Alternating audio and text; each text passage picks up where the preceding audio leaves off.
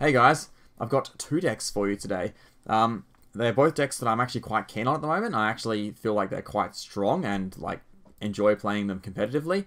The first one is actually I'm revisiting one of my own old favorites from Opus 5, which actually I didn't really play a version of it in Opus 6, but Tush did at Euros, which he topped and made worlds with, so that's awesome. But this is my Opus 7 version of Try Harder Daddy.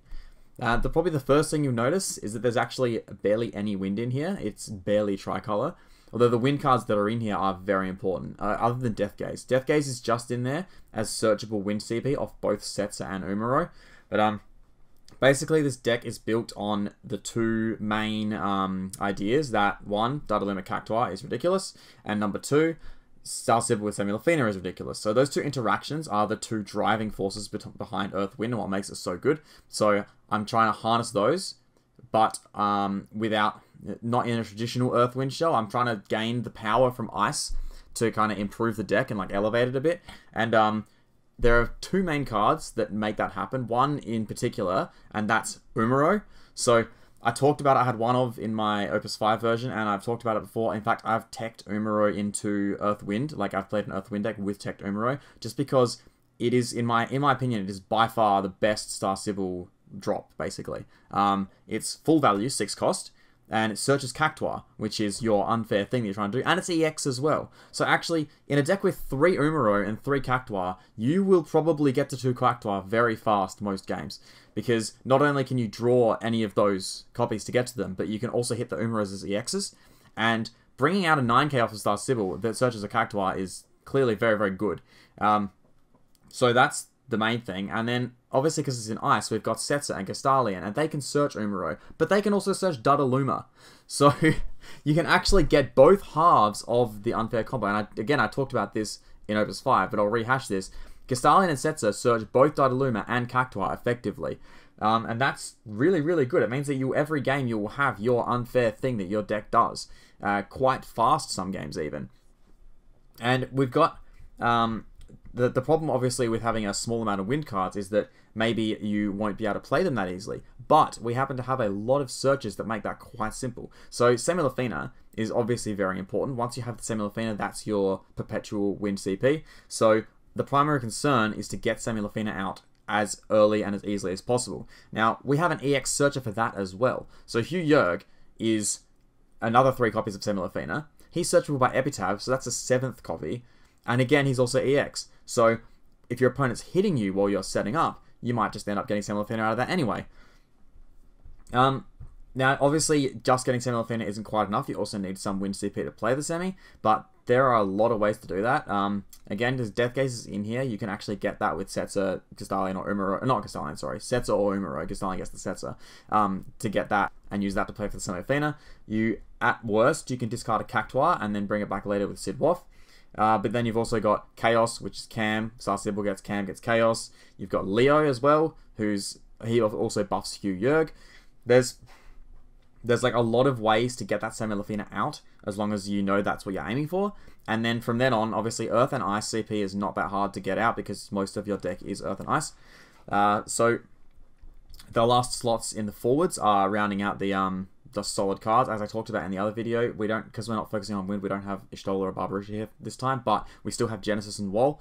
The one thing I should mention about Genesis is because he's 7k, and actually at the moment, and maybe last set as well, 7k is a pretty bad power to be for a forward that you need to live, basically. So obviously for a free forward like Painter, it's whatever, but for a forward that you've actually paid for and needs to do something in play to be worth playing, 7k is pretty bad, because there are a lot of ways to do 7k efficiently. It's a huge gap between 7 and 8. So against decks that have things like Ramu, Glacier, Fusoya, you don't want to be prioritizing Genesis, or if you do, use it mainly for the dull freeze for a swing. Don't rely on just playing it as a neutral card if you can avoid it. Of course, you still can, it's not the end of the world or anything, but I'll just be a bit careful about that. Other than that, though, everything's pretty straightforward. Obviously, you've got Galdes now is a really good, solid dark option for Cam. It's a good neutral option, and it's actually searchable off Epitaph as well. It's just a funny extra thing, although that probably usually won't come up. But the other card I want to talk about specifically is Mumba. Mumba is so sick. I actually love it right now. Obviously, the thing you do is if you have Cactuar, you resolve Cactuar, and then you resolve Mumba, and the forward will die, because as long as it's taken any amount of damage before Mumba resolves, Mumba will finish it off, even if they buff it in response, because Mumba will take that into account. So it basically turns Mumba into a 2CP summon that breaks forward. Instant speed. And the fact that it's EX is nuts as well. Usually Mumba's EX is not that big a deal because it's unlikely you have a way at hand to deal the extra damage to their forward, but with Cactuar you often do. So that actually gives you a removal EX in this deck, which is actually a really strong card to cast as well. So it's just an all-round really good card. Now, clearly having twice as many instant speed and removal spells is very good. It means, 6 instead of 3 means you'll basically always have one ready for if your opponent plays a forward that you need to kill, or some kind of combat situation comes up where a removal spell will win you the combat on top of removing the forward for things that buff each other and stuff like that. But not only that, also having the flexibility then with your Hecatons helps a lot, because Hecaton actually turns out to be a really high value card in certain matchups for this deck, because it answers a lot of things the deck can't otherwise do easily. The two main examples are Zidane and Ishtola. So if you have your Mumba to remove things like Yuri, Chilinka, other threats, then you can keep your Hecatons, be a bit more conservative with your Hecatons, so you have them ready for the Ishtola or the Zidane, the cards that can't be targeted by abilities, the cards that can't take damage from summons or abilities. It's just having that flexibility on top of the extra removal at hand most of the time is very, very good. It's helped so much. I've really enjoyed that about this version of the deck as compared to traditional Earthwind. Now, obviously, the card that's missing is Diablos, and that card is really, really good, and I'm not talking it down at all. But the main difference with Diablos is that it's generally used during your turn. It's not common to use it during your opponent's turn and have that be the optimal play, especially since Laik has fallen out, because you usually have to float at least 1 CP, and that makes it a lot more telegraphed, and often the way you set the board up will actually telegraph it as well. And on top of that, it costs an extra card from your hand. All of that doesn't mean that card is bad as well, like I said. Mumba has the advantage, like Hecaton and Fanfret under Yuna, that because it costs 2 CP, your play with or without it basically looks identical to your opponent, which really boosts the potential as like a trick, to throw a spanner in your opponent's works during their, combat phase. Even the way that, the forwards they play, the cards they play during their turn will be based on a board state they have in mind what's happening, and the Mumba they don't know you have can really screw that up. So yeah, again, I'm not saying that that makes Diablos bad or Mumba better than Diablos or anything like that. I just feel that the lack of Diablos in this compared to traditional Earthwind isn't a real drawback, because Mumba is an excellent summon here as well with its own strengths. So yeah, but that's basically everything I want to talk about with that deck. Now moving on to a bit more spicy stuff. And this is a new deck that I've just started working on this week. And that's interesting because usually I don't post decks that I've just started with. Usually I only post decks after I've, worked with them quite a bit and, have a solid idea of all the cards in it and why they're there, etc.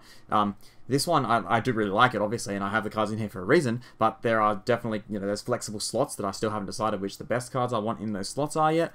I'm still trying a few things out, but here's the deck. It's a Wind Ice deck. This is actually loosely inspired by a deck that John Bauer showed me.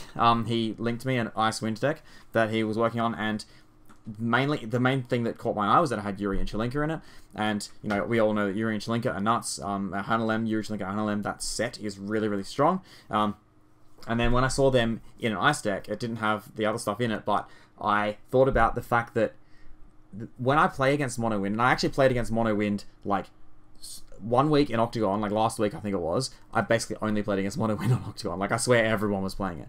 And what I found was that usually the games that I lost, or the games that I had the most trouble, were the ones where my opponent was doing crazy stuff with Hanalem and No-No. Basically, they would, it didn't matter what I did, as long as they got to Yuri, Chilinka, Hanalem and No-No, then they would just, do the tricky thing or whatever and wipe my board. And once that happened, especially because Yuri and Chilinka are really good on the field already, that was usually game over.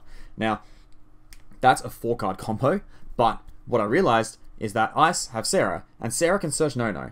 Now, Sarah can also search Mughal XI, which can search anything. So, having 3 Sarahs with these cards, with these combos that basically win you the game, makes it really reliable and way easier to get that setup happening. That's obviously a great baseline for the deck. But there's a lot of other, like, incidental interactions that actually work really well that I kind of discovered as I kept building and playing it.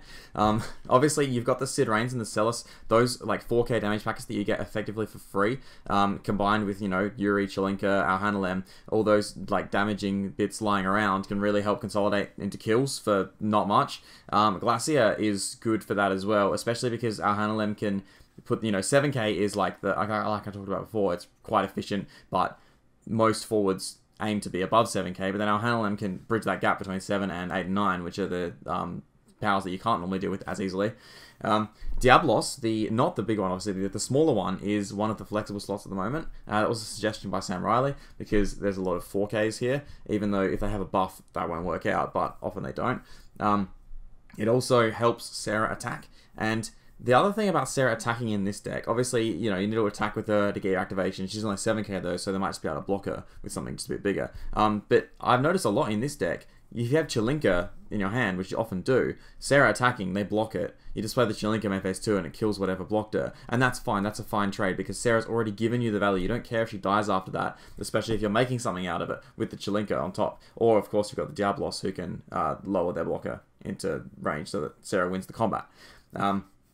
Again, I talked about the 7k line, and that's why Maria's here. Maria's in this deck specifically because there's quite a few 7ks, Chelinka, Zidane, Sarah, and Genesis.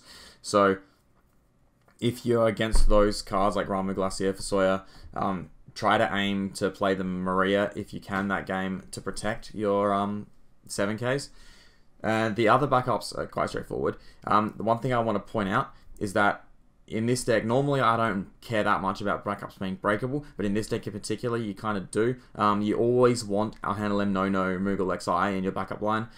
Usually Mog 13-2 will be in there as well, which means you've only really got one slot to play around with.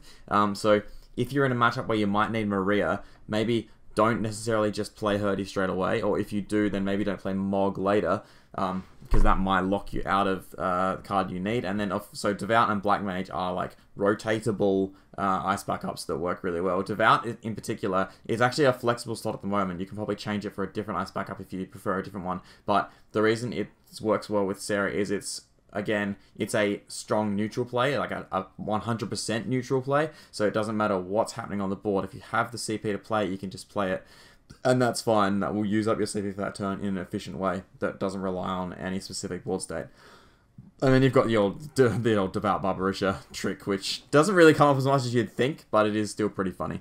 And then there's also really cute interaction with Zidane and the Ice Discard effects. So it doesn't come up as often as it could if I put in more discard cards, but just being able to activate one of your win backups, especially Alhanalem, off of, say, Glacier during your opponent's turn as well, or then, of course, just Genesis or Sid Reigns, that can actually work out really well. And for that reason, also, you could play around with other discard effects in this deck, specifically Flan. That's a card I want to try out a lot because I really like the idea of, you know, building up some Flans, and then you play as a Dane, you can basically, as long as they have enough cards in their hand, you can generate you can get 3 CP back off of the Flans, as well as taking their hand away.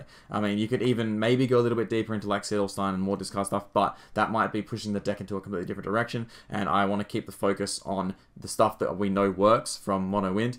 I feel like a lot of Icewind decks in the past have focused too much on that kind of like, you know, Chaos Walker, Sedelstein, all the discard effects and stuff, and that without Thaumaturge, that's a lot harder to do, and normally Mono Ice is just better at that anyway.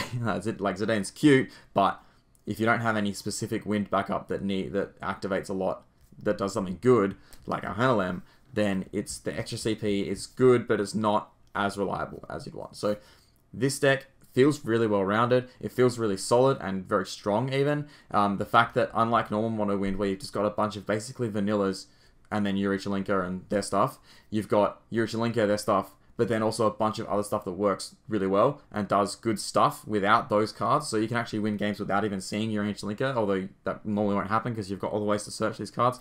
But I'm loving it, and I urge you to try it out and maybe mess around with a couple of the cards, see how they go for you, like different options in those Black Mage Devout slots, or the Diablos. Maybe you don't like that summon and want to try a different summon or a different monster, maybe something like that. But yeah, I love it. Thanks for watching, guys. Cheers.